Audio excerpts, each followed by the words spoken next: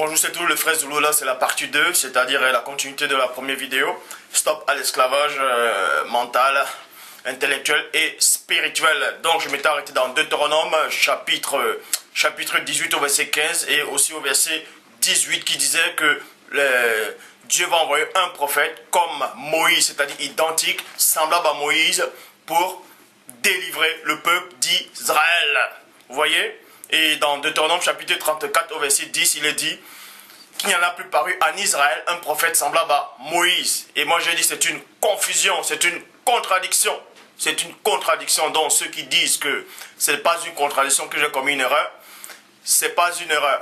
Je vais vous démontrer qu'il y a bel et bien des erreurs dans tous les récits dans le monde, que ce soit tous les livres. Pour ça, je vais vous donner des exemples avec des livres où la Torah, l'Évangile, même le Coran ont copié cela dans des récits qui existaient déjà bien avant eux. Donc, pour ça, on continue dans Deutéronome.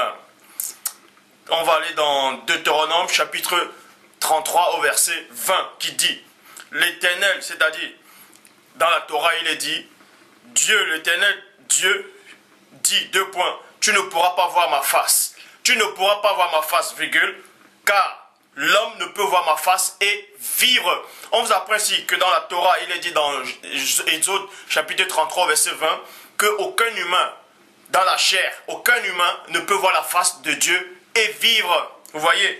Or, quand vous lisez tout dans la même Torah, vous allez voir quoi? Dans Ésaïe chapitre 6 au verset 1, il est dit, l'année de la mort du roi d'Ozias, virgule, je vis le Seigneur assis sur son trône très élevé, virgule, et les pans de sa robe remplissaient le temple. Donc, dans cette Torah, on vous montre ici que Ésaïe, le prophète, a vu Dieu, a vu le Seigneur, a vu le Seigneur. Donc, pour tous ceux qui disent que Yehoshua, c'est-à-dire le premier-né, est Dieu le Père lui-même avant sa descente, vous voyez ici qu'il y a une grande contradiction, une grande confusion dans Ésaïe 6, 1. Ésaïe dit qu'il a vu Dieu, donc il a vu le Seigneur, il a vu Dieu. Or, le même Dieu dit quoi? Qu'aucun homme ne peut le voir et vivre. Donc, qui c'est qui dit la vérité? Qui c'est qui ment? Cela, vous voyez qu'il y a déjà une contradiction, il y a quelque chose qui ne va pas. Maintenant, vous pouvez être content ou pas content. Moi, je dis ce que le Père me dit de dire. Je vais aller dans Genèse, chapitre 32, verset 30, qui dit Jacob appela ce lieu du nom de Peniel, virgule, car, dit-il, j'ai vu Dieu face à face. Jacob vous apprend ici, en tout cas, l'auteur de la Genèse, d'autres disent que c'est Moïse, mais ce n'est pas Moïse qui a écrit la Genèse. Déjà, l'histoire de Moïse même a déjà été trafiquée dans l'Afrique antique noire. Je vais vous le démontrer avec les versets à l'appui, avec d'autres livres à l'appui qui ont existé bien avant la Torah. Donc, Jacob ici, il est dit qu'il a vu un homme, il luttait avec un homme, et il a appelé, c'est-à-dire, quand il a lutté avec un homme, et dans d'autres, c'est-à-dire dans le Nouveau Testament, dans d'autres livres, toujours dans la Torah, il a dit que cet homme en fait c'est un ange. Mais néanmoins, Jacob dit ici qu'il a vu Dieu face à face. Or, vous savez que le même Dieu dit à Moïse qu'aucun homme ne peut me voir et vivre. Et Ézéchiel, plutôt pas Ézéchiel, Ésaïe dit qu'il a vu Dieu. Jacob aussi dit qu'il a vu Dieu. C'est dans quel Dieu dont ils ont vu? Puisque Dieu dit qu'aucun homme ne peut le voir et vivre. Jean chapitre 1 verset 17 dit, car la loi a été donnée par Moïse, virgule. La loi a été donnée par Moïse. Il n'est pas dit ici que la loi a été donnée par Dieu, mais par Moïse. La grâce et la vérité. La grâce et la vérité sont venues par Yehoshua. On vous dit que la grâce et la vérité. Donc, ça dit que Moïse n'a pas apporté la vérité. Puisqu'on vous dit que Moïse a apporté la loi et que des années plus tard, le Christ vient, lui, il apporte la grâce et la vérité. Vous voyez? Jean chapitre 18 au verset 38 dit, c'est Pilate qui a eu une conversation avec la personne du premier-né en disant, Pilate lui dit, deux points, qu'est-ce que la vérité? Point d'interrogation. Vous savez que Pilate, selon ses récits, il était romain. Et ces Romains croyaient déjà à plusieurs divinités. C'est-à-dire croyaient aux mêmes divinités que les divinités des Grecs, aux divinités grecques. Et Pilate, qui avait une grande connaissance, il avait des connaissances par rapport à cette religion, par rapport à sa religion, à lui, c'est-à-dire aux croyances qu'il avait. Pour lui, il croyait détenir la vérité. Et quand il a eu une conversation avec la personne du premier-né, il a été déstabilisé. Et maintenant, il pose la question au premier-né, il dit, mais qu'est-ce que la vérité? Parce qu'on l'a déstabilisé au plus profond de lui, on l'a semé un grand doute. Et Pilate ne savait plus où il en était. Il ne savait plus. De même que Nicodème aussi était déstabilisé devant la personne du premier-né. Maintenant, Pilate lui dit, qu'est-ce que la vérité? Donc, je vous pose aussi à vous la question, qu'est-ce que la vérité? Parce qu'il y a plein de ceux qui n'ont pas de connaissance, disent maintenant que je suis en train de m'égarer, je suis en train de troquer la parole. Vous êtes né dans la religion chrétienne, vous l'avez accepté depuis tant petit. Donc, c'est normal que vous croyez que si on vient dire le contraire de ce que vous avez cru, c'est normal que vous dites que cette personne est en train de troquer. De même que celui qui naît dans la religion musulmane, il accepte ça pour vrai. Il ne va pas écouter ce que l'autre va dire. Ainsi de suite, c'est comme ça. Les humains, c'est ça. L'humain ne réfléchit pas. Il est borné. L'homme ne réfléchit pas. Quand vous lisez même dans les Actes des Apôtres, il est dit quoi? Quand vous lisez même dans le Nouveau Testament, il est dit que Paul de Tarse est venu, il enseignait. Et quand il partait, les chrétiens de Bérée vérifiaient. Ils vérifiaient. Pourquoi ils vérifiaient? Ils vérifiaient pourquoi? Donc ces gens avaient la coutume de chercher, de se renseigner. Donc, quand vos faux pasteurs viennent vous dire, non, les Juifs c'est le peuple de Dieu. Ah, vous acceptez, oui, les Juifs c'est le peuple de Dieu. Quand on vient vous dire que ces Juifs-là, ce n'est pas le peuple de Dieu, ils ont troqué l'histoire qui existait déjà dans l'Afrique antique noire. Vous dites non.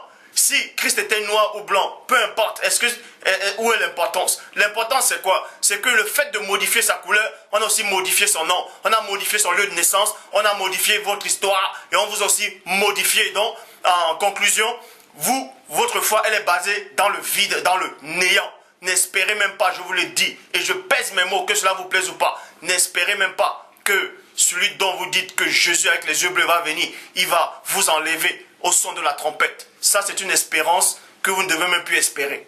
N'espérez même pas ça. Parce que vous allez tous mourir. Et vous irez tous dans le séjour des morts. Et à la fin des temps, personne ne sait quand est-ce que ça viendra. Mais je vous le dis, des milliers et des milliards et des milliards et des milliards d'années vont encore passer avant que ça n'arrive. Et quand vous allez ressusciter, vous passerez tous devant le grand trône. Vous allez être jugés en fonction de vos œuvres. Je vous le dis. Donc, pour ça, je vais aller dans Pierre, plus dans Luc. Luc, chapitre 1, verset 1 à 3, qui dit, plusieurs, vous allez comprendre comment on a troqué l'histoire de l'Afrique antique noire. Comment Dieu parle dans Job 33, 14, cependant tantôt du manette, tantôt d'une autre, et l'on n'y prend point garde. Ça, c'est le Dieu véritable qui parle ainsi. Donc, Luc chapitre 1, verset 1 à 3 dit, plusieurs c'est qui? Ayant entrepris de composer un récit des événements qui se sont accomplis parmi nous, suivant ce qui nous ont transmis, ceux qui étaient des témoins oculaires dès le commencement et sont devenus des ministres de la parole, Donc Luc ici, déjà Luc n'était pas un apôtre de Christ, mais Luc dit ici qu'il y a plusieurs personnes qui se sont entrepris de composer un récit, c'est-à-dire d'écrire tout ce qui s'est passé en les temps quand la personne du premier-né est arrivée. Mais ces personnes-là, c'est qui? Est-ce que ces personnes connaissaient le Dieu véritable? Est-ce que ces personnes marchaient véritablement avec le Père? Point d'interrogation.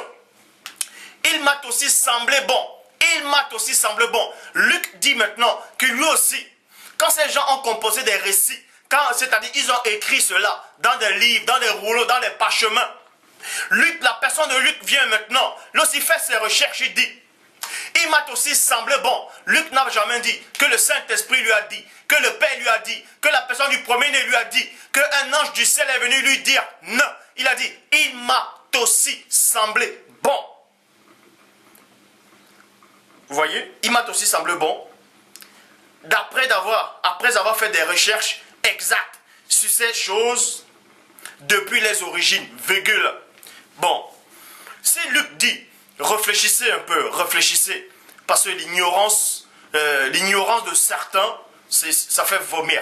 Parce que quand vous lisez dans Isaïe, il est dit dans Isaïe 1, le bœuf connaît son dresseur, l'âne connaît la cruche de son maître, Mais l'homme ne sait rien. Israël ne sait rien. L'homme ne réfléchit pas, il ne sait rien. Pour réfléchir, pour commettre le péché, là vous êtes fort. Pour tendre les pièges aux gens, pour savoir réfléchir, pour échafauder un plan, pour déstabiliser quelqu'un ou bien escroquer quelqu'un, là vous êtes fort. Mais pour réfléchir, pour où vous allez passer l'éternité, dans l'au-delà, là vous ne réfléchissez pas. Vous êtes comme des autruches, vous mettez la tête dans le sol. On vous dit que la parole a été troquée. On a troqué l'histoire de l'Afrique antique noire. Vous êtes là, vous dites non, il a été séduit le peuple. Quel peuple? On vous dit dans Genèse chapitre 17 au verset 10 que, soi-disant, Dieu a instauré la loi de la circoncision à la première personne connue dans votre tradition, Abraham. Or, ça c'est faux. Parce que l'Égypte antique, avant que Abraham ne soit, connaissait déjà la marque de la circoncision.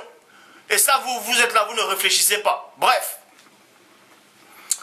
Luc, maintenant, il dit, il a aussi semblé bon. Pourquoi Luc aussi, maintenant, va écrire? Pourquoi Luc a écrit l'évangile? Pourquoi Luc n'a pas accepté les écrits de ces plusieurs personnes? Pourquoi Luc n'a pas accepté ces écrits à eux? Et pourquoi on doit accepter ce que Luc lui dit? Si Luc n'accepte pas ce que les autres disent, pourquoi nous on doit accepter ce que lui dit? Mais Luc, c'était qui? Est-ce qu'il a reçu un mandat pour venir écrire l'évangile de Luc? Puisqu'il dit, il m'a aussi semblé bon. Or, Proverbe chapitre 3, verset 5 dit quoi? Confie-toi à l'Éternel de tout ton cœur, ne t'appuie pas sur ta sagesse. À quel moment Luc s'est confié en Dieu? En disant, Dieu m'a dit de faire des recherches. Il a dit, il m'a aussi semblé bon. Il a pris sa propre décision, sa propre initiation, sa propre initiative. Vous voyez? C'est exactement comme ça que les Juifs dans l'Afrique, à l'époque jadis, ont copié des récits sumériens. Ils ont copié des récits babyloniens de l'Égypte antique et d'autres peuples bien avant encore dans l'Afrique antique noire. Et ils ont rédigé la Torah. Ils ont changé les noms des lieux de naissance, je vous le dis. Ouvrez vos yeux. Vous êtes en train d'adorer un faux Dieu. Quand on vous le dit, vous croyez que je suis en train de séduire les gens. Je vous séduis. Est-ce que je vous séduis, ça m'apporte quoi de vous séduire? Ça m'apporte quoi? Moi, je ne cherche pas ma gloire. J'ai jamais dit à quelqu'un de se prosterner devant moi. Ça ne m'intéresse pas. La gloire des hommes, ça ne m'intéresse pas. Ça ne m'apporte rien du tout. L'homme n'est rien. Je dis bien, l'homme n'est rien. Dans le grand ordre des choses, l'homme n'est rien. Donc tous ceux qui disent que, soi-disant, des nœuds juifs vont être plus grands que des anges, vous êtes en train de délirer. L'homme ne sera jamais égal à un ange, ni son supérieur, jamais de la vie. Peu importe si vous allez au dénuement devant le Père, jamais. Ce qui vient d'en haut est plus grand que celui qui est en bas. C'est comme ça, c'est la loi du Père. Donc, verset 6. Reconnaissez-le dans toutes tes voies. Donc, Luc n'a pas accepté, c'est-à-dire Luc savait que plein de gens écrivaient d'autres livres déjà, par rapport à ces récits. On vous dit qu'il y a plusieurs ayant entrepris de composer. Ça veut dire que ces plusieurs-là, Dieu ne les a pas envoyés de composer ces récits. Et ces récits-là, c'est ce qu'on appelle les livres apocryphes, actuels. Est-ce que vous comprenez? Et Luc aussi, il vient et dit, il m'a aussi semblé bon, exactement comme ces plusieurs.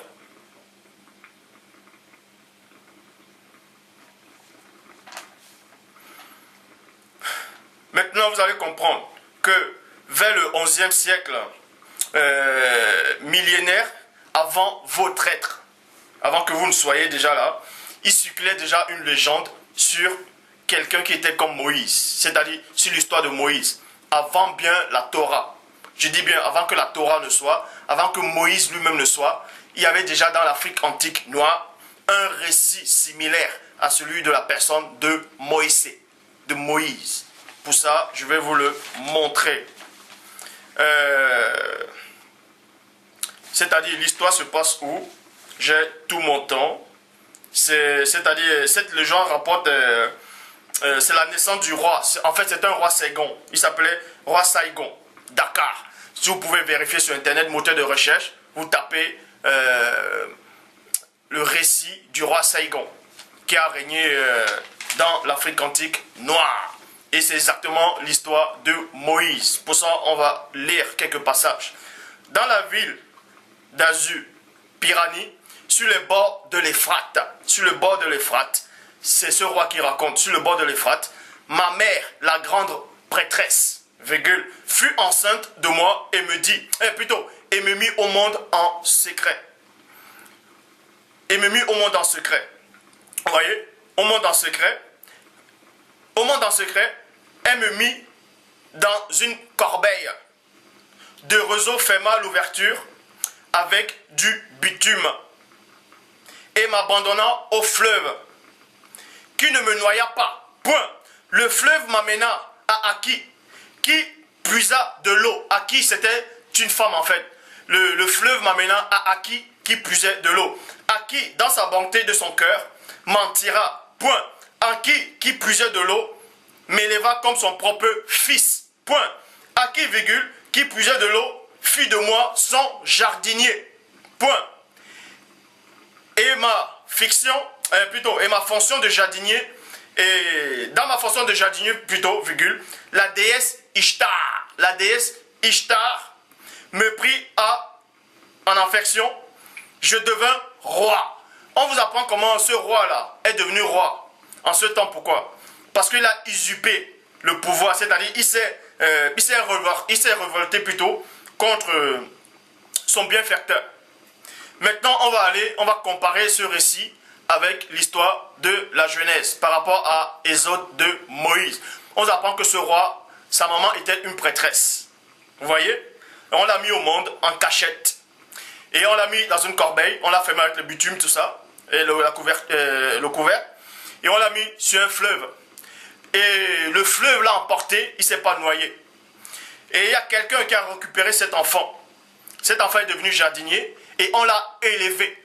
Et dans la famille royale, on l'a élevé dans la famille royale. Et plus tard, il est devenu roi. Ce récit-là a bien existé, vous pouvez vérifier, a bien existé des années, des milliers d'années avant l'histoire de Moïse. J'ai dit bien avant l'histoire de Moïse. Pour ça, comme Saigon plutôt, la mère de Moïse fut une prêtresse. Pourquoi la mère de Moïse c'était quoi? Elle était une fille de Lévi. Et les Lévis c'était des prêtres. Les Lévis c'était comme des sacrificateurs. C'était eux qui marchaient, qui avaient la fonction de tout ce qui est sacré, du sacerdoce. Donc, une fille de Lévi aussi, elle faisait partie de cette race-là. Vous voyez? C'est pour ça que la maman de Saigon, le roi Saigon, aussi, sa maman était une grande prêtresse. C'est exactement l'histoire de Moïse. Comme Saigon, la mère de Moïse fut une grande prêtresse. Exode chapitre 2 au verset 1 dit, un homme de la maison de Lévi avait pris une femme, fille de Lévi. Point. Partie 2, c'est-à-dire on va aller dans point numéro 2. Saigon est mis au monde en secret. On va aussi vous montrer comment Moïse aussi était mis au monde en secret. Dans Exode chapitre 2 verset 2 qui dit, cette femme devint enceinte, c'est-à-dire cette femme Lévi, cette femme devint enceinte et enfanta un fils. Point. Elle vit qu'il était beau et le cacha pendant 3 mois. Numéro 3. Vous allez voir que Saigon a été caché dans une corbeille. Et Moïse aussi, dans Exode chapitre 2, verset 3 dit, ne pouvant plus le cacher, elle prit une caisse de jonc qu'elle enduisit de bitume. Vous voyez, même ce roi-là aussi, exactement le bitume dans une corbeille. Bitume et de bois plutôt. Elle mit l'enfant et le déposa parmi les roseaux sur le bord du fleuve, exactement comme ce roi-là. Bien avant que Moïse n'arrive, bien avant que ces juifs-là viennent écrire la Torah. 4e point. Vous voyez que cette femme-là, c'est plutôt une femme a sorti le roi Saigon du fleuve, exactement comme Moïse dans Exode chapitre 2 verset 5 à 6 dit, la fille de Pharaon descendit au fleuve pour se baigner avec ses compagnes. Se promenait le long du fleuve, point. Elle aperçut la caisse au milieu des roseaux et elle envoya sa servante pour la prendre. Elle ouvrit et vit l'enfant, 2 points. C'était un petit garçon qui pleurait et elle eut pitié de lui et elle dit 2 points. C'est un bébé des Hébreux, vous voyez? C'est un bébé des Hébreux. Maintenant, on va aller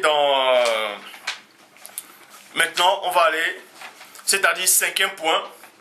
On vous apprend ainsi que quand Saigon est devenu grand, c'est-à-dire ce roi-là, il est devenu grand, on l'a élevé dans la cour royale.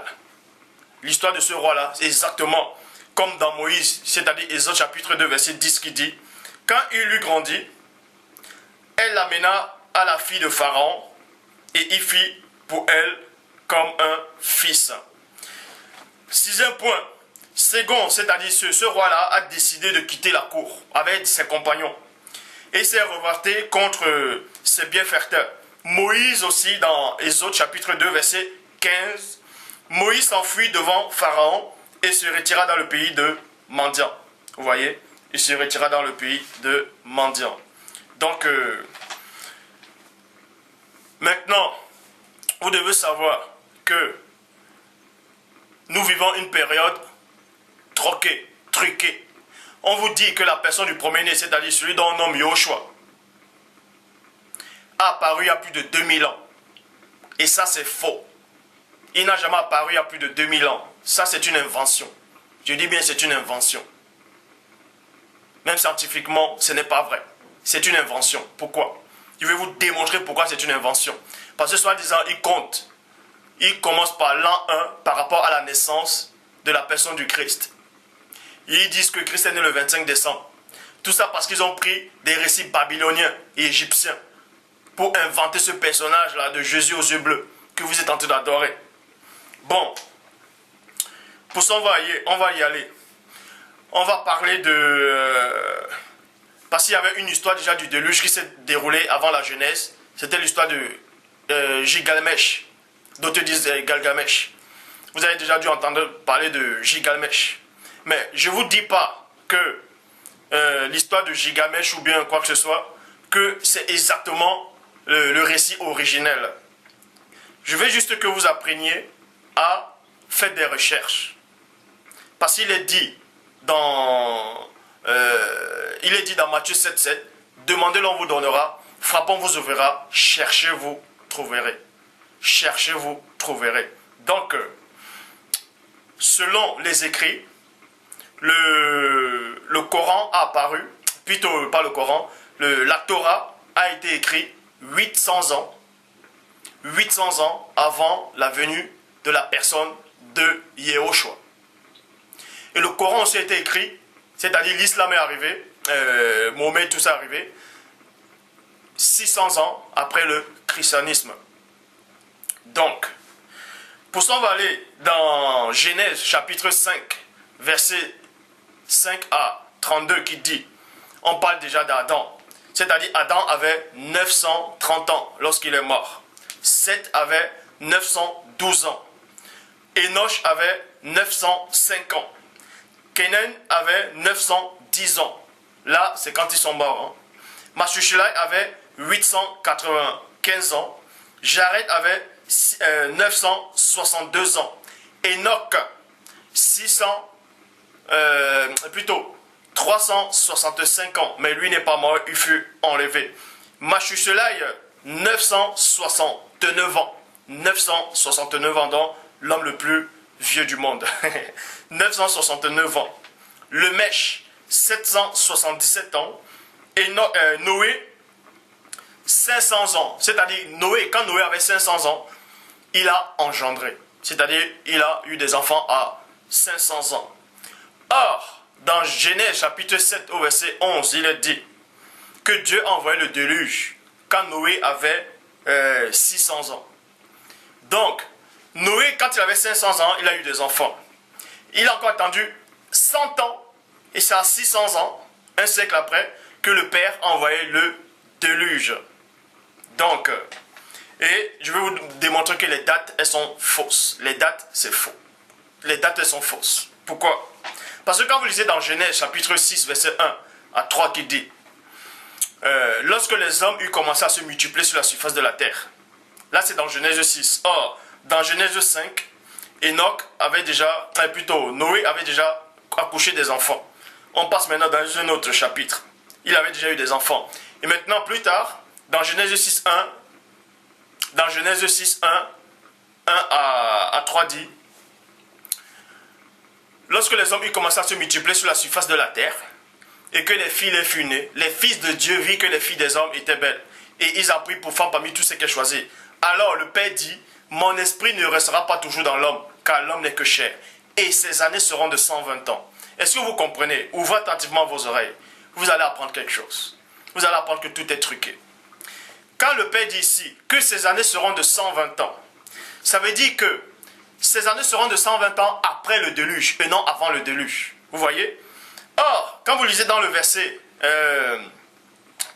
4, il est dit quoi?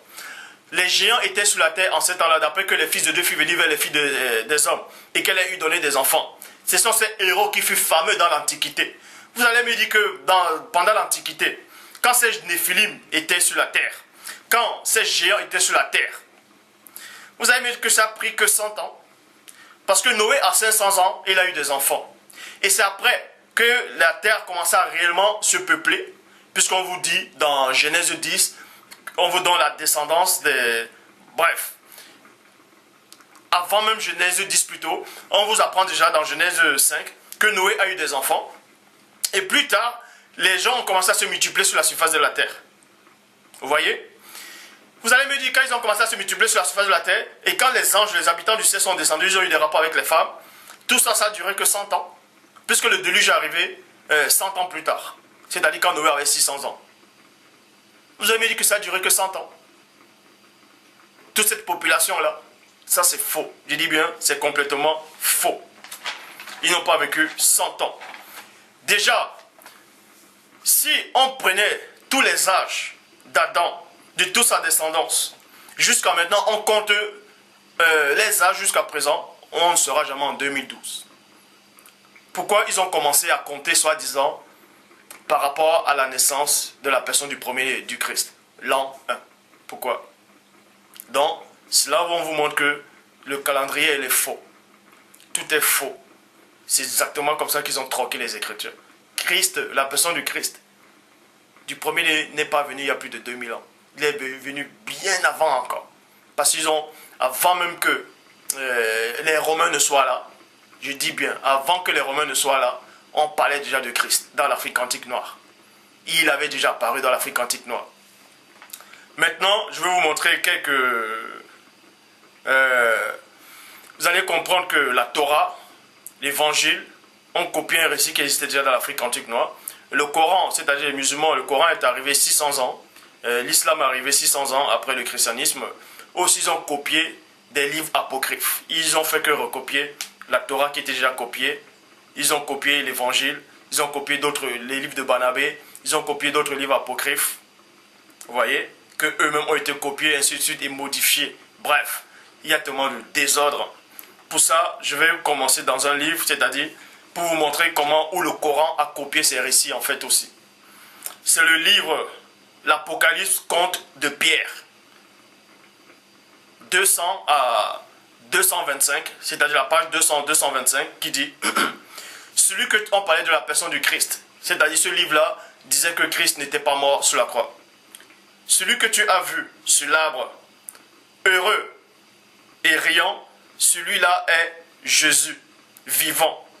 Mais celui-ci, auquel on cloue les mains et les pieds, et sa partie charnelle est un substitut mis à la honte, celui qui est venu est son semblable, est son semblant. Regarde-moi, c'est moi. Vous voyez? Et le Coran a copié ce récit. Je vais aller dans un autre livre, livre de Gnostic, deuxième traité du grand 7. Vous allez voir dans le numéro 100 à 200 qui dit « Celui qui buvait du fiel et du miel n'était pas moi. Il me flagellait avec du réseau, point. C'était un autre. Celui qui portait la croix sur son épaule, c'était Simon, point. C'était un autre qui recevait la couronne d'épines, point. » On va aller dans un autre livre qui a bel et bien existé avant le Coran. Papyrus du Nag Hammadi dit « Je n'étais mort qu'en apparence, dit en substance Jésus. C'est un autre qui a bu à ma place le fiel et le vinaigre. Ils m'ont frappé avec du réseau, mais c'est un autre, Simon, qui a porté la croix sur ses épaules. Point. C'est sur un autre qu'ils ont placé la couronne d'épines, et moi, je souriais de leur ignorance. Point. Et maintenant, le Coran vient recopier ça, en fait. Parce que le Coran a été inventé. Le Coran n'a fait que recopier des récits qui existaient déjà. Ils ont aussi rajouté des choses. Ils ont changé des noms. Ils ont fait croire que ça venait du C dans la Sourate 3.3. De même que la Torah, exactement, ils ont copié des récits babyloniens, des récits de l'Égypte, de d'autres dans l'Afrique antique noire. Ils ont changé de nom. Ils ont fait croire que ça venait de les dieux qu'ils ont inventés. Dans la Sourate, chapitre 4, verset 157 à 158 dit: Or, ils ne l'ont ni tué, ni crucifié, mais ce n'était qu'un faux semblant. Et ceux qui ont discuté sur son sujet sont vraiment dans l'incertitude, et ils n'ont aucune connaissance certaine. Ils ne font que suivre les conjonctures, et ils ne l'ont certainement pas tué. Dieu l'a révélé, l'a enlevé vers lui, et Dieu est puissant et sage. Vous voyez? Donc vous montre bel et bien que le Coran n'a fait que reprendre des textes qui existaient déjà. De même que même dans le Coran, il est dit que Marie, mère du Christ, a accouché sur un palmier avec douleur. Or, le livre de Barnabé contredit ça. Et ce récit du soi-disant Marie qui a accouché sur un palmier avec douleur, ce récit existait déjà avant le Coran dans un autre livre. Donc, tout ce que le Coran dit, ils ont copié ça dans d'autres livres déjà. Donc, c'est pour vous dire que le Dieu que vous croyez embrasser là, ce n'est pas Dieu. Libre à vous d'accepter ou de ne pas accepter. Moi, je fais que ce que le Père me demande de faire. Vous pouvez dire que je suis en train de séduire les gens, c'est votre problème. Là, c'est vous qui allez rendre compte au Père. Je vous le dis encore. Christ, dans tous ceux qui envoient des messages en voulant essayer de me prouver que Christ est Dieu, Christ n'est pas Dieu. Il n'est pas Dieu le Père. Il n'a jamais été Dieu le Père. Et il ne sera jamais Dieu le Père. Parce que le Christ que vous croyez là, c'est un faux. C'est un faux Christ. Et lui, on ne peut pas le faire l'égal à mon Père. Vous pouvez donner tous les versets que vous voulez. Vous pouvez donner tous les versets que vous voulez. Dans Isaïe 9.5. Vous pouvez donner Zacharie 14. Vous pouvez donner Jean chapitre 1, verset 1 à 3. Vous n'avez rien compris. Christ n'est pas Dieu. Le Père, il ne sera jamais Dieu le Père. La Trinité n'existe pas. Comprenez une chose, je vous conseille d'aller voir la vidéo, les récentes vidéos d'Étoile d'Éphèse sur le catholicisme. Vous allez voir que Dieu a parlé à travers, c'est-à-dire Dieu l'a donné une bonne révélation aux frères Étoile d'Éphèse par rapport à sa vidéo du catholicisme. Parce que Dieu dit dans Job 33, 14 qu'il parle cependant tantôt du malais, tantôt du nôtre, et là on y prend point garde. Plein sont allés voir la vidéo d'Étoile d'Éphèse où il parlait du catholicisme, plein ont aimé cette vidéo, moi aussi j'ai aimé cette vidéo. Mais dans cette vidéo-là, je ne sais pas si vous vous rendez compte, dans cette vidéo-là, d'Étoile d'Éphèse sur le catholicisme, il a levé un point très important, que vous devez vraiment méditer sur ça. Il a montré des photos. On vous montrait soi-disant Marie du Vatican, avec un petit enfant. Et ce petit enfant-là, vous l'appelez Jésus. Les Juifs l'appellent Yahushua. Réfléchissez. Vous allez voir que le frère Étoile d'Éphèse a levé un bon sujet. Le sujet c'est quoi? C'est pas pour rien que Dieu a permis que l'Étoile d'Éphèse montre des photos. Les photos parlent d'elles-mêmes. Ça veut dire quoi? Que cette Marie-là, avec ce petit enfant, c'est la même Marie dont on parle dans les Écritures. Et quand vous voyez l'origine de cette Marie dont on fait allusion dans les Écritures avec ce petit enfant, de fait, Étoile d'Éphèse a montré les photos. On parlait même déjà avant le christianisme, il y avait déjà ça aussi. Il y avait Isis avec le petit enfant. Donc vous voyez que le christianisme a été copié dans des civilisations qui existaient avant elle. Même avant l'Égypte antique, il y avait déjà d'autres peuples Et il y avait déjà cette photo, une maman avec son petit-fils, une maman qui a couché son petit-fils. Elle était vierge, elle a mis un enfant au monde, sans père physique. Il a fait des miracles, il a changé l'eau en vin, ainsi de suite. Vous voyez, c'est ça que Salomon dit, ce qui a été, c'est ce qui est. Il n'y a rien de nouveau. Il n'y a rien de nouveau. Je vous conseille encore d'aller voir cette vidéo d'Étoile d'Éphèse sur le catholicisme. Et là, vous verrez que tout ce que j'ai dit, je ne vous ai pas séduit. Je ne vous ai pas trompé. Le christianisme a été plagié, a été pris dans des récits qui existaient déjà. C'est le catholicisme, c'est les Romains en fait. Il y avait déjà, avant qu'ils inventent ce Jésus blanc là, les gens croyaient déjà à un sauveur, au Messie, au Christ, qui avait déjà fait exactement les mêmes miracles. Mais, ces Romains, pendant le concile de Nicée, Constantin, tout ça, ils ont dit que ces gens-là, c'est eux qui ont donné le nom à ces gens-là, le nom des païens. Ils ont dit, eux là sont des païens. On a dit que ces gens-là sont des païens. C'est eux qui ont décidé de donner ce nom-là. Païens, ils ont dit, eux là sont des païens. Et ils ont pris exactement les croyances. Mais ils ont juste changé des noms. Même le frère, État d'Éphèse l'a démontré par rapport aux photos. Par rapport à Marie qui porte le petit enfant, on retrouve les mêmes images dans l'Égypte antique. Isis. On retrouve aussi, même Diane, même dans la Mésopotamie ancienne, antique, on retrouve aussi exactement les mêmes choses. Et c'est la même histoire de ce Jésus blanc que vous adorez actuellement. Mais où est donc le vrai? C'est qui le vrai Christ maintenant? C'est qui le vrai Christ? C'est là que vous voyez que vous êtes tous dans le faux.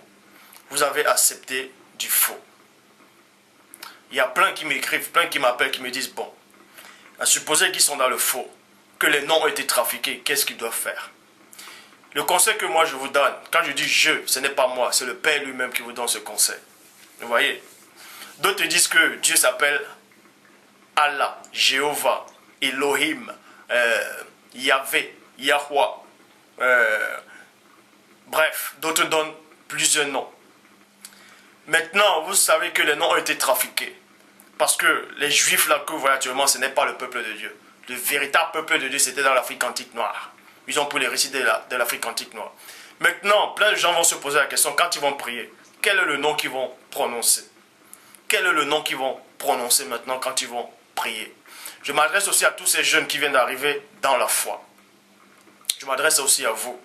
Tous ceux qui ont quitté l'islam, tous ceux qui ont quitté les églises, tout ça là, maintenant qui regardent mes vidéos, vous êtes dans la confusion, vous dites maintenant, qu'est-ce que vous devez faire? Où se trouve la vérité?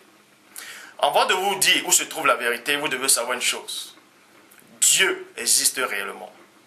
Dieu existe réellement. Celui dont vous nommez Dieu dans votre monde existe réellement. C'est le Père éternel, c'est le Tout-Puissant. Peu importe le nom que ces gens vont inventer là, ce n'est pas son nom. Je vous le dis, ce n'est pas son nom.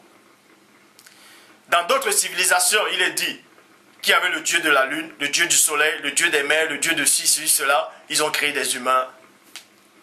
Vous allez comprendre que ce n'est pas des dieux. Quand il dit, ce ne sont pas des dieux créateurs eux-mêmes en fait. Le problème c'est que les gens sont dans la confusion. Quand on dit il y a un dieu du soleil, il y a le dieu de la mer, ce n'est pas ça. Ce sont des anges en fait. Ce sont des esprits qui sont au service de Dieu. Même dans le livre d'Apocalypse, on parle de ça. On vous dit qu'il y avait l'ange des eaux. L'ange des eaux. On dit un ange des eaux. Un ange c'est un quoi? Un ange c'est un Dieu. C'est une divinité. Donc, dans d'autres peuples, ils ne vont pas dire l'ange des eaux. Ils vont dire le Dieu des eaux. Et vous allez dire, ah, vous êtes des païens. Vous êtes en train d'adorer plusieurs dieux. Il n'y a pas plusieurs dieux. Il n'y a qu'un seul vrai Dieu unique où tous les autres sont sortis. C'est le Père. Dans le conseil que je vous donne quand vous devez prier, dorénavant, quand vous avez le doute, d'autres disent, mais quand je prie, est-ce que je prie réellement Dieu? Est-ce qu'il y a une confusion? Est-ce que Christ c'est Dieu? Est-ce que Christ n'est pas Dieu le Père? Il n'a jamais été Dieu le Père et il ne sera jamais Dieu le Père. Donc quand vous priez, le conseil que l'Esprit vous donne, c'est quoi? Premièrement, les apôtres sont venus voir Christ, ils ont dit, Seigneur, apprends-nous à prier. Christ n'a jamais dit que quand vous priez, il faut dire Jéhovah, il faut dire Allah, il faut dire Yahvé, il faut dire Elohim. Christ n'a jamais dit ça. Vous ne pouvez pas me donner un seul verset où Christ a dit ça. Christ a dit, quand vous priez, vous dites notre Père qui est aux cieux. À chaque fois que Christ s'adressait au Père, il disait mon Père. En Gethsemane, il disait Père, éloigne-moi de cette coupe. Père, je te rends grâce de ce que tu m'as exaucé. Car je sais que pour moi, je sais que pour moi tu m'exauces toujours. C'est à cause de cette foule que qui savent que c'est toi qui m'as envoyé. Donc à chaque fois que Christ s'adressait au Dieu Tout-Puissant, il disait Père. Il n'a jamais donné un autre nom.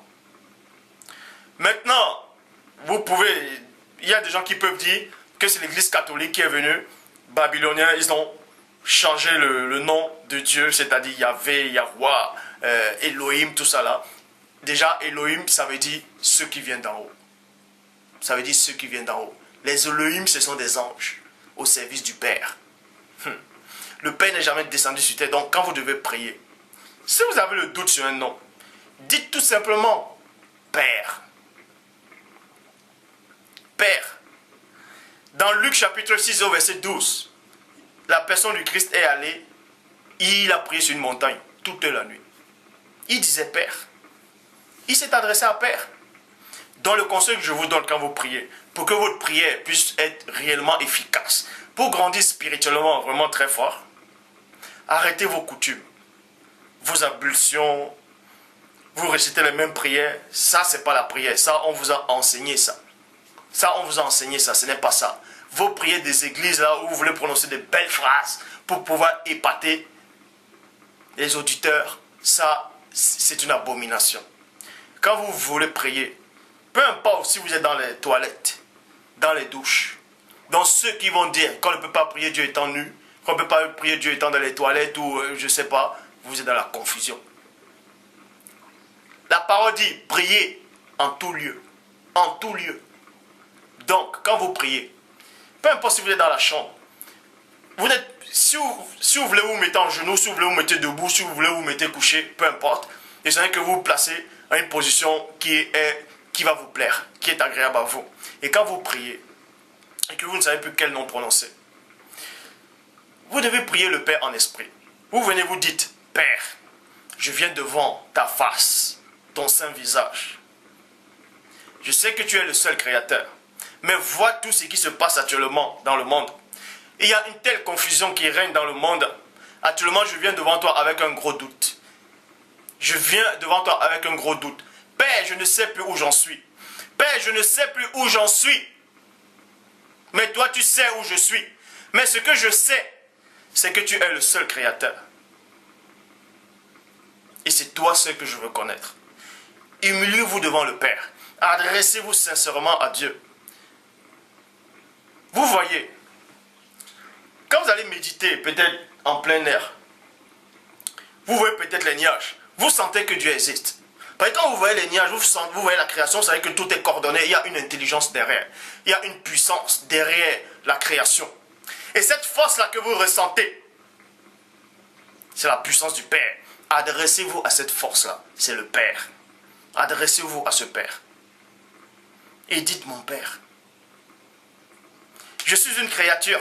Si je suis dans ce monde, ce n'est pas parce que j'ai voulu. C'est parce que toi, tu as voulu. Et je sais que tu es amour. Car quand je vois comment tu as disposé les cieux, comment tu as disposé la création, toutes choses, il ne peut y avoir que l'amour derrière toutes ces choses.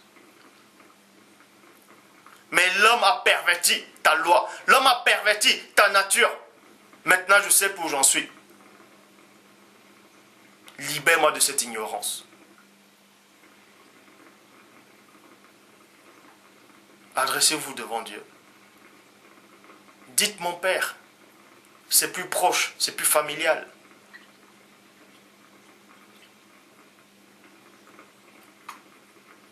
Vous allez me dire, ah, si tout était... plein de gens vont dire, bon, si tout est faux, ça sert à quoi de prier? Ils vont retourner dans le monde, ils vont aller en boîte de nuit, ils vont coucher avec les femmes à gauche, à droite, ils vont faire du business, n'importe quoi. Ça veut dire que vous aimez, ça veut dire que vous avez voulu servir le Père avec intérêt. C'est par intérêt que vous avez voulu le servir. Dernièrement, j'avais dit à quelques frères et sœurs que, même si, à supposer, là c'est une supposition, mais pour ma part, je sais que c'est faux. Parce que j'ai vu Bref, à supposer même, je dis bien, prenons même un petit exemple, que on vous prouve que Dieu n'existe pas, que tout est faux, que l'homme descend du singe, que le monde est venu par une explosion, le Big Bang, bah, à supposer même que le monde est venu par une explosion, que Dieu n'existe pas.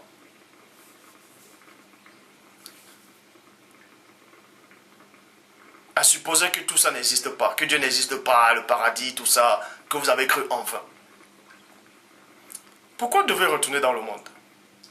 Moi j'ai dit aux frères que même si on prouve, quoi qu'on ne pourra jamais prouver, mais c'est une supposition que Dieu n'existe pas, je ne me vois pas pourquoi je vais aller dans le monde. Parce que ma nature où je suis là actuellement ne peut pas me permettre, que Dieu existe ou pas, ne peut pas me permettre d'aller dans le monde, de vivre dans le péché. Parce que mon esprit lui-même ne pourra pas accepter cela, ne peut pas le concevoir. Ma nature elle-même ne peut pas concevoir cela. Parce que si je pense un seul instant à vouloir retourner ou à vouloir partir dans le monde, je me sens mal à l'intérieur de moi. C'est comme si on me poignardait. C'est comme si un feu me dévorait. C'est comme ça que vous devez vous sentir. C'est pas parce qu'il y a maintenant le doute, on sème le doute à certaines personnes. Vous êtes là, vous trouvez ça une bonne occasion de chute, vous allez rentrer dans le monde. Ah tiens ma soeur, vas-y viens. Ah viens ma soeur. Pape, tu vous couches avec elle. Ah ma voisine, viens. Non, c'est pas ça. Qui est le doute ou pas? Allez devant le Père. Allez devant le Père. Allez vous adresser au Dieu de votre conscience, au Dieu de la nature, au Créateur, à celui qui a créé toutes choses. Adressez-vous à cette force-là, à cette puissance créatrice. C'est le Père. C'est pour ça que Christ est allé prier sur une montagne. Pourquoi ils allaient constamment dans la forêt, dans la brousse, prier en plein air? Pourquoi? Ah, vous croyez que la personne, ce qui a été formé, celui qu'on nomme Adam, dans les évangiles, dans la Torah, vous croyez qu'on l'a créé dans l'hôpital? Vous croyez qu'il a été créé dans une maison? Il a été créé en plein air. Parce que quand vous êtes en plein air, votre esprit est plus libéré. Parce que quand vous enfermez dans une maison, dans une chambre, mais ça ne veut pas dire que c'est interdit de prier dans la chambre. Mais quand vous enfermez dans une chambre, votre corps n'est pas assez performant. Parce qu'il y a toujours le matériel, il y a toujours quelque chose qui va vous distraire. Or, quand vous êtes en plein air, votre corps est déstabilisé. Parce que ce n'est pas trop son domaine. Est-ce que vous comprenez? C'est pour ça que les prophètes, constamment, ils étaient dans les montagnes, soit dans les déserts, ainsi de suite. Parce que quand vous êtes dans les montagnes, dans les lieux reculés, où votre corps ne peut pas réellement se distraire, là vous vous sentez réellement libre.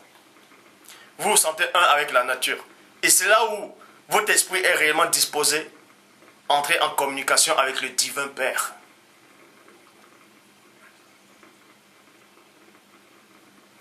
Maintenant, à tous ceux qui me regardent actuellement, faites des recherches.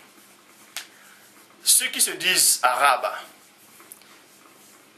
ils disent que Christ est un arabe. Si les gens le dessinent, ils vont le dessiner là-bas avec des traits arabes. Les juifs blancs, on va le dessiner avec les traits juifs blancs. Le catholique, ils vont le dessiner à la façon européenne avec les yeux bleus. Mais posez-vous la question. Mais qui c'est qui a raison? Comment se fait-il qu'il y a un groupe, soit disait se targue d'avoir la connaissance, ils se disent que chacun a Dieu. Mais il y a un groupe qui dessine arabe, l'autre qui dessine juif, l'autre qui dessine européen, blanc. Déjà, les trois ne sont pas d'accord. S'ils ne sont pas d'accord, vous croyez que Dieu est là-dedans? Et scientifiquement, on vous apprend que le premier homme sur terre, c'est un noir. La vie a commencé dans l'Afrique antique noire. Et les noirs connaissaient déjà le Dieu véritable. Les noirs connaissaient déjà le Dieu véritable.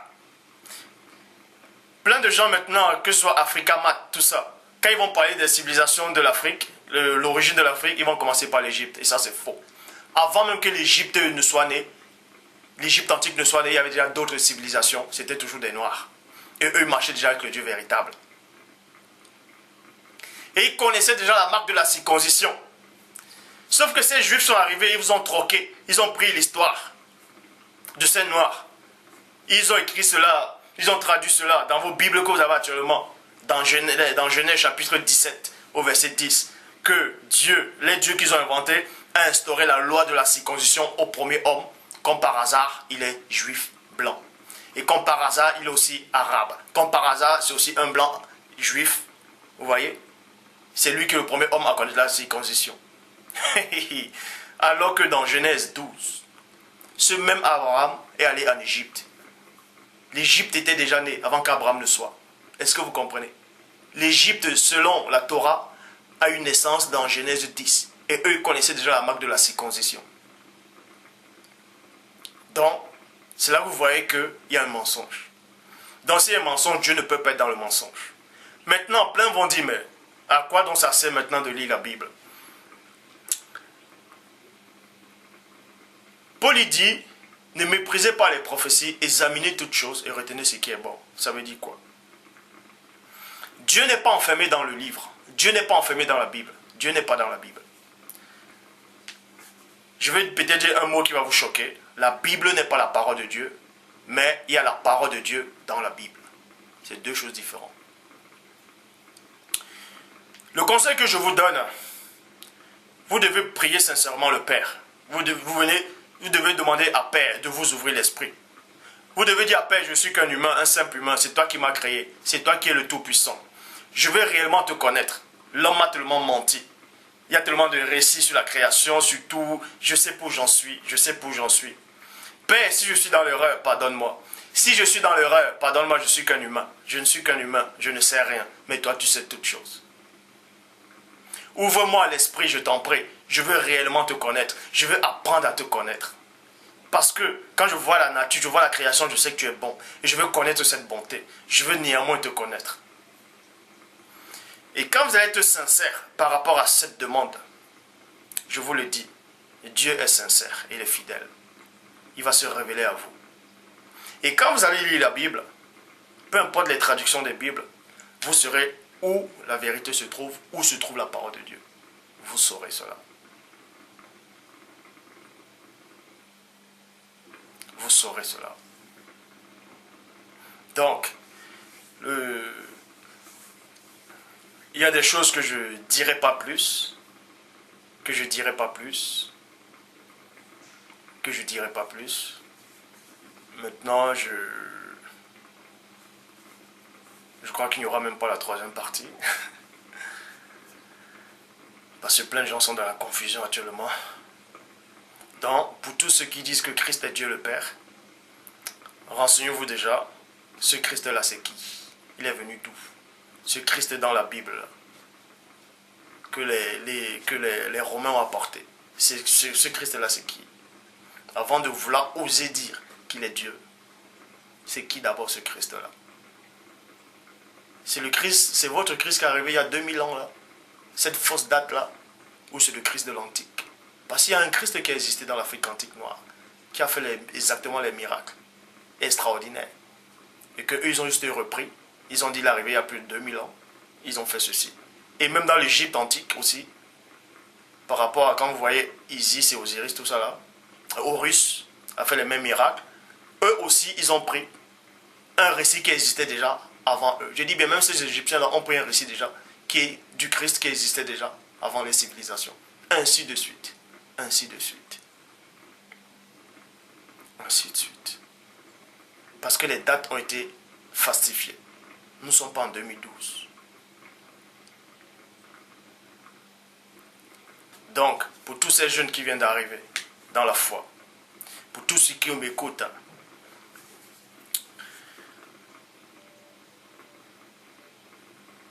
vous savez ce que vous devez faire. Car tout homme dans le monde, peu importe sa couleur ou sa race, a la loi de Dieu dans le cœur. Quand tu fais le mal, tu sais que tu fais le mal. Mais la loi de Dieu te le dit. Quand tu fais le bien, tu sais que tu fais le bien. Adressez-vous à Dieu. Adressez-vous à Père, sincèrement. La religion a été inventée par les hommes, je vous le dis. La religion a été inventée par des hommes. Le Saint-Esprit n'est jamais descendu prendre un corps physique. Donc les gens qui pensent que le Saint-Esprit est venu, il a pris un corps physique, vous êtes en train de délirer. Le Père n'est jamais descendu, il a pris un corps physique, vous êtes en train de délirer. Vous êtes en train de délirer complètement.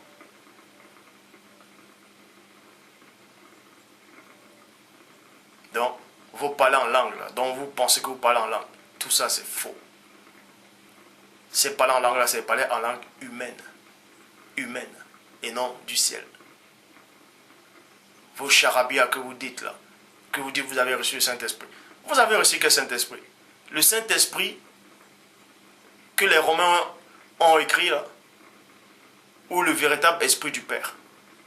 Donc faites attention. Quand vous voulez peut-être envoyer des versets pour dire ah, il est dans l'erreur, il se contredit. Faites attention. Faites attention. Parce que Paul il dit, pour gagner les bandits, il marche avec les bandits. Mais il n'est pas bandit, afin de les récupérer. Mais dans d'autres épîtres, il dit quoi? Ne soyez pas avec ces gens-là. Est-ce qu'il s'est contredit? Non. C'est que vous ne comprenez pas la spiritualité. Vous ne vivez pas la spiritualité. Vous vivez que la religion. C'est la religion que vous vivez. Plein de gens vont dire, avant je disais Jésus. Que actuellement ils voient mes vidéos, avant ils disaient Jésus. Pourquoi maintenant il dit Yoshua, après maintenant il dit, ça c'est pas une contradiction. Pour gagner les bandits, je marche avec les bandits. Christ a marché, a mangé avec les gens de mauvaise vie. Afin de les reprendre. Mais la parole dit, mon peuple sortez du milieu d'eux.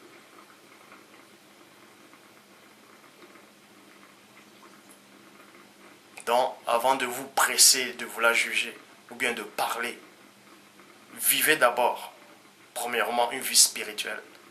Et là, vous pouvez parler. Parce que Paul dit, l'homme spirituel juge de tout. Il n'est lui-même jugé par personne. Vous savez c'est quoi un homme spirituel? Ce n'est pas un homme religieux. Que le Père vous garde.